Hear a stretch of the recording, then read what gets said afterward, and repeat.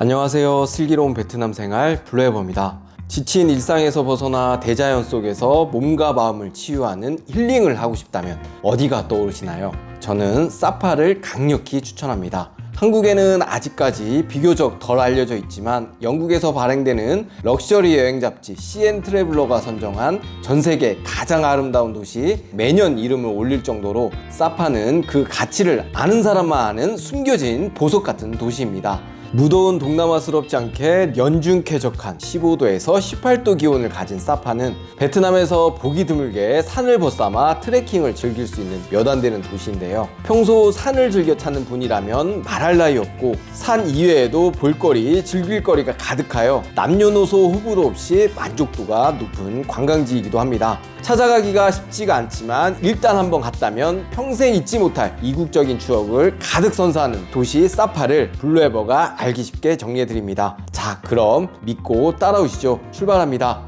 한국에서 사파까지 바로 가는 항공편이나 이동편이 없기 때문에 일반적으로 이동 여정은 하노이로부터 시작되는데요. 베트남 북쪽 중국 국경 부근에 위치한 사파는 하노이로부터 375km 떨어져 있으며 가는 데만 최소 반나절 이상 소요됩니다. 가고 오는 이틀은 제대로 관광을 하기 힘들기 때문에 사파의 방문 계획이라면 최소 3박 4일 이상의 일정이 필요합니다. 가는 방법은 소규모로 모여가는 사설 차량부터 열차나 버스편까지 다양하게 있는데요. 열차로 가려면 사파가 있는 행정구역 라오카이역까지 8시간 정도 가야 하며 그곳에 도착해서도 사파까지 차로 추가로 1시간이 더 걸려 시간도 시간이지만 넉넉지 않은 여행 일정에 도착하기도 전에 진이 다 빠져 정작 다음날 관광에 체력적으로 큰 무리가 갈 수 있어 저는 추천드리지 않습니다. 하노이에서 사파까지 이동은 일반적으로 버스를 가장 많이 이용하는데요. 버스도 일반 버스, 좌석이 침대 형태인 슬리핑 버스, 미니밴 등 일정이나 본인 취향에 따라 선택하시면 되겠습니다.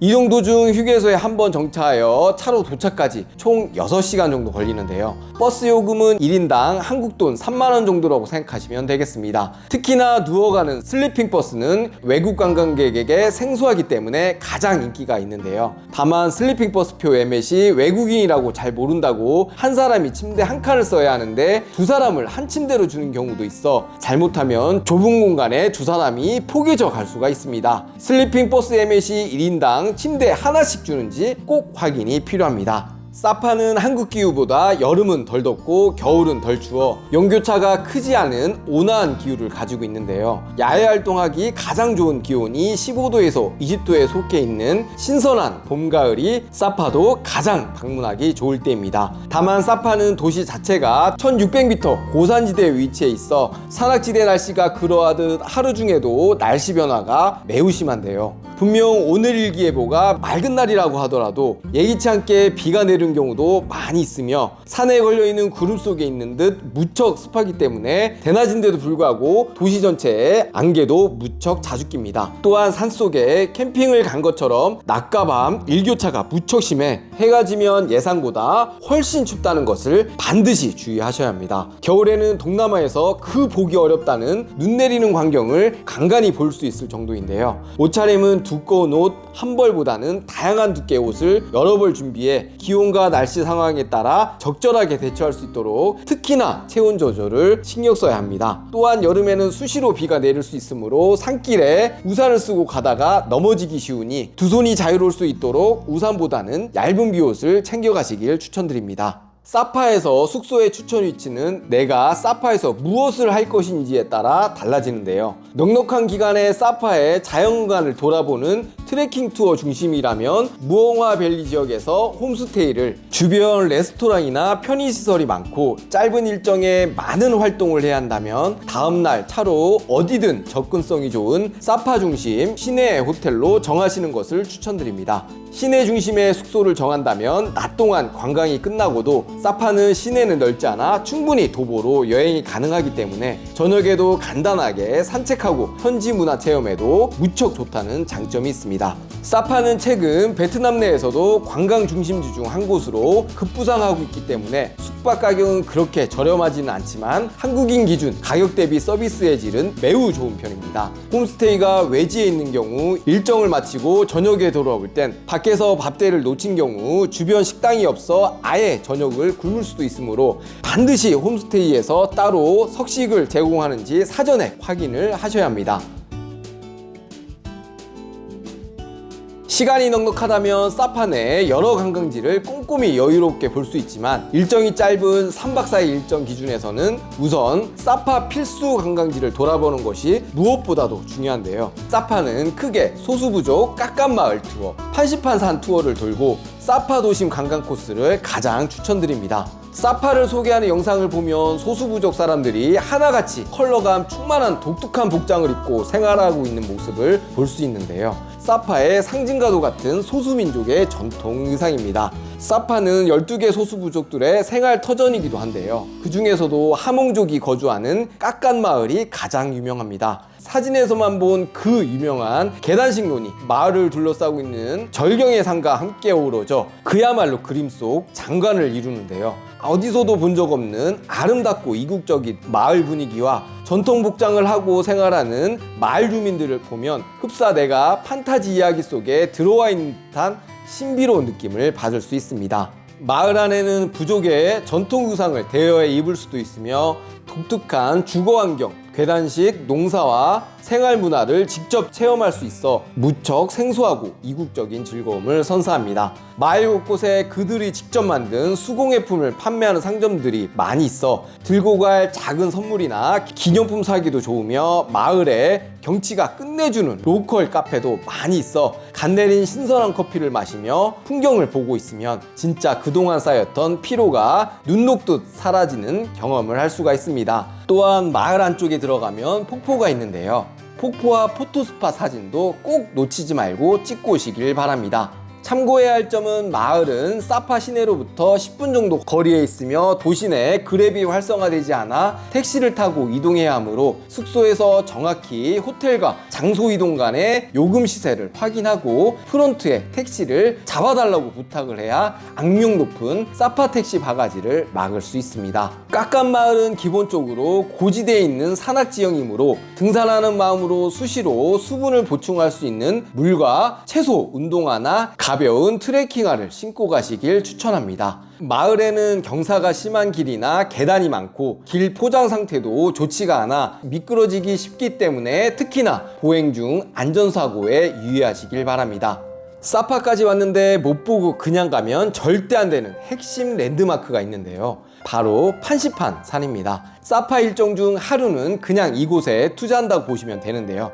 사파 시내에서도 남서쪽으로 9km 정도에 위치한 판시판 산은 베트남 안에서는 물론이고 인도차이나 반도에서도 가장 높은 산입니다. 한국에서 가장 높다라는 한라산 백록담이 해발 1947m인데 반해 판시판산 정상이 3143m에 달할 정도로 진짜 높기가 어마어마합니다. 예전에는 정상에 오르려면 마음을 단단히 먹고 이틀 정도 걸렸으나 2016년 총 6.3km 길이의 초대형 케이블카가 완공되어 정상 부근까지 이틀 거리를 15분이면 도착하게 되었습니다. 기본적으로 사파 시내 중심에서 10분 정도 모노레일 기차를 타고 케이블카 시작점으로 이동하는데요. 비용은 모노레일과 케이블카 정상행, 산행열차까지 전부 합쳐 주말 기준 인당 한국돈 62,000원 정도 하고 있으며 평일은 이보다 3,000원 정도 저렴합니다. 케이블카 입장권은 한국에서 미리 구매하면 무척 편한데요. 무엇보다도 현지에서 바코드만 보여주면 되므로 종이표를 잃어버릴 염려가 없고 일일이 탑승권을 소지하면서 보여주지 않아도 되기 때문에 무척 편리합니다.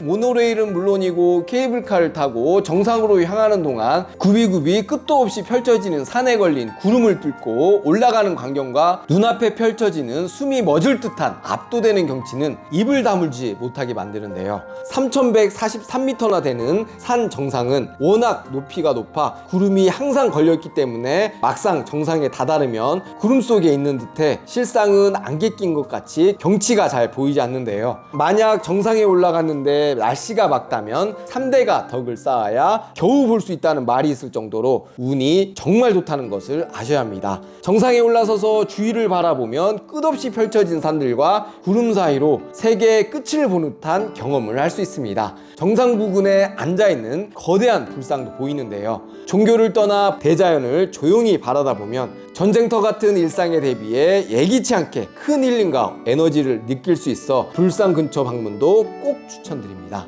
사파 시내는 우선 낮보다는 해가 지는 어둑어둑한 시간에 볼거리가 훨씬 많은데요. 거리와 상점에서 조명이 하나둘 켜지면 이곳이 같은 곳이 맞나 싶을 정도로 시내 자체가 화려하게 바뀌므로 저녁을 일찍 먹고 시내 관광을 나서는 것을 추천드립니다. 우선 시내 중앙에 있는 사파 광장과 호수 방문을 추천드리며 꼭 봐야 할 메인 이벤트로는 매주 토요일마다 저녁부터 사파 중심 성당 주변에서 열리는 러브마켓입니다. 아직 결혼을 하지 못한 사파 부족의 선남선녀들이 서로에게 잘 보이기 위해 나름 잔뜩 차려입고 짝을 찾는다는 의미로 러브마켓이라고 불리우게 되었는데요. 불같이 뜨거운 토요일이 되면 사파 전역에 각기 다른 고산족의 젊은 남녀들이 이곳에 모여 서로의 짝을 찾는 공식 헌팅거리 장소라고 보시면 되겠습니다. 밤에 처음 본 마음에 든 상대를 다음날 아침에도 다시 만나기를 기약하며 헤어진다고 합니다. 커플들이 탄생하는 이 토요일 야시장은 주말에 사파에 와 있다면 무조건 보고 가야 하는 장소입니다. 각기 다른 고산족들이 이곳에서 경쟁하듯 자신들의 고유한 문화를 뽐내기도 하는데요. 전통 공연을 하기도 하고 노래를 부르기도 해서 흡사 솜씨 좋은 거리의 버스킹을 보는 듯해서 관광객인 저희 입장에서 보기만 해도 시간 가는 줄 모르는 즐거운 경험을 할 수 있습니다. 또한 야시장이만큼 선물로 좋은 직접 만든 수많은 수공예품을 팔기 때문에 거리 마켓을 구경하는 재미도 쏠쏠합니다. 다만 알록달록 화려한 실로 짠 가방이나 옷들은 화려하게는 보이나 염색 처리가 제대로 되어 있지 않아 손이나 옷에 색소의 이염이 쉽게 발생할 수 있으므로 금액이 소액인 제품은 상관없으나 가방이나 옷 등 비싼 제품은 조금 돈을 더 보태 이염 여부를 꼭 확인하고 제대로 된 제품 구입하시기를 추천드립니다. 사파는 연어 요리가 유명한데요. 사파의 온난한 기후는 연어 성장에 적합하여 신선한 최상급 연어를 맛볼 수 있습니다. 사파 연어는 살이 단단하며 지방이 없고 그 특유의 부드럽고 기름진 맛으로 사파에 왔다면 다른 건 몰라도 이 연어만큼은 꼭 드셔보시길 추천드립니다. 또 다른 지역 특산 요리로는 한국 닭백숙을 떠올리는 가덴 사파입니다. 베트남어로 가는 닭을 의미하고 대는 검다라는 말인데요. 말 그대로 사파의 검은 닭을 이용하여 다양한 요리로 만들어 먹습니다. 주로 통닭 상태로 탕으로도 먹고 쪄서도 먹는 등 다양한 방법으로 먹는데요. 닭다리 하나가 칠면조 사이즈만큼 크기 때문에 닭다리 뜯는 느낌이 제대로 나는데요. 산속에서 좋은 환경에서 좋은 것만 먹고 자라서 그런지 육질이 단단하고 쫄깃하기 때문에 한국에서 먹던 치킨 맛이 아닌 새로운 맛을 느낄 수 있습니다. 연어나 통닭은 술을 부르는데요. 사파는 유명한 사과산지이기도 해서 애플와인이 유명합니다. 특히 일단 한 잔 들이키면 사과 특유의 신선하고 향긋한 향이 입안에 싹 퍼지는데요. 지금도 생각하면 술이 땡깁니다. 무조건 강추입니다. 여기까지 사파 여행을 위한 핵심적인 내용들을 빠르게 정리해봤는데요. 오늘 영상이 도움이 되셨다면 구독, 좋아요, 알림 설정 꼭 부탁드리고요. 행복한 추억이 가득한 사파 여행 되기를 간절히 바랍니다. 오늘도 영상을 시청해 주셔서 진심으로 감사드립니다.